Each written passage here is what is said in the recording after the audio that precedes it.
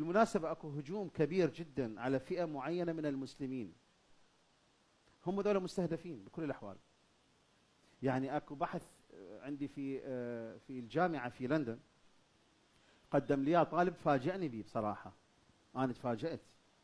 الحرب القادمة على الشيعة، مع العلم يعني هو طالب مو مسلم، مو مسلم، وطالب كندي في لندن يعني.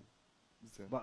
يعني اللي لفت الانتباه البحث اللي مقدم لي إياه. قلت له تعال، يعني قلت له شنو الحرب القادمة على الشيعة؟ قال نعم اكو حرب قادمة على الشيعة، راح تصير الشيعة مستهدفون وشيعة كذا. هو ابدا مو مسلم، بس هو شاف هذا مادة بحثية علمية، انه يريد يستشرف بها الواقع كسياسة، يستشرف بها الواقع السياسي. وغرت يعني في، خلينا نقول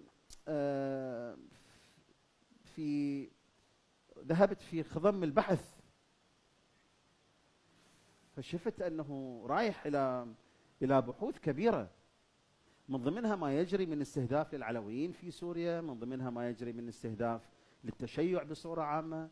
هذا شخص كندي ومو مسلم اصلا يعني.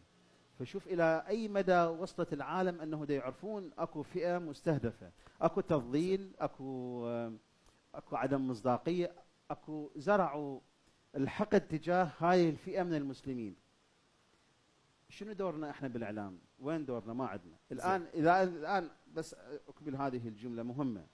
الان اذا تاتي الى وسائل الاعلام العراقيه، حصرا عراقيه، واريد اجمع بحث الطالب الكندي اللي يقول المعركه المقبله والقادمه ستكون ضد الشيعه، اريد اجمع الان اول 5 فضائيات في العراق، الفضائيات المشاهده خلينا نقول، نعم. لا تجد منها فضائيه شيعيه واحده ابدا. هاي الفضائيات وخلينا نشوف. طالب كندي جالس في بريطانيا يقول الحرب القادمه على الشيعه والتشيع، واحنا في العراق ما عندنا فضائيه هذا هكذا. السؤال.